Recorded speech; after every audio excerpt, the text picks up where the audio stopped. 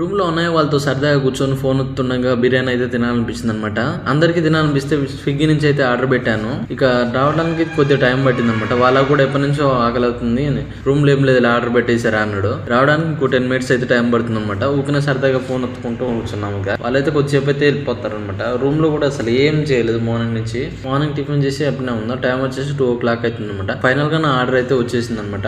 అక్కడి నుంచి వస్తున్నాడు కదా, ఇప్పుడు అక్కడి నుంచి కాల్ చేస్తూనే ఉన్నాను అనమాట. నాకు సరదాగా నేనైతే బయటకు అయితే వచ్చేసాను. అన్నయ్య నేను తీసుకొస్తాను, ఒక అన్నయ్య తీసుకొస్తున్నాడు. ఇక్కడ దూరం నుంచి కనపడుతున్నాడు. ఈ అన్నయ్య కింద నుంచి బిర్యానీ పార్సల్ తీసుకొస్తున్నాడు. ఆర్డర్ ఏమో అక్కడ వరకే ఉందన్నమాట. లొకేషన్ ఇక్కడ వరకు రావట్లేదు. రూమ్ ఏమో థర్డ్ ఫ్లోర్ లో ఉంటుంది అనమాట. కిందికి దిగడమే పెద్ద టాస్క్ అనమాట. కాళ్ళు అయితే బాగా వస్తాయి మాకు. పై నుంచి కిందికి వెళ్ళేసరి ఫైనల్ గా బిర్యానీ అయితే వచ్చేసింది అనమాట. ఇక ప్లేట్లకి అన్ని సర్దేశాము. వాళ్ళకైతే టేస్ట్ మాత్రం పర్లేదు, బాగానే నచ్చింది అనమాట. ఒక్కొక్కరు పార్సల్ చూడండి, 5 pieces తో పాటు ఒకే క్వాంటిటీ మాత్రం సరిపోయింది అనుకోవచ్చు. టేస్ట్ పరంగా అయితే ఓకే పర్లేదు, మరీ కేవుకే పర్వాలేదు అనిపించింది. Thank you so much guys.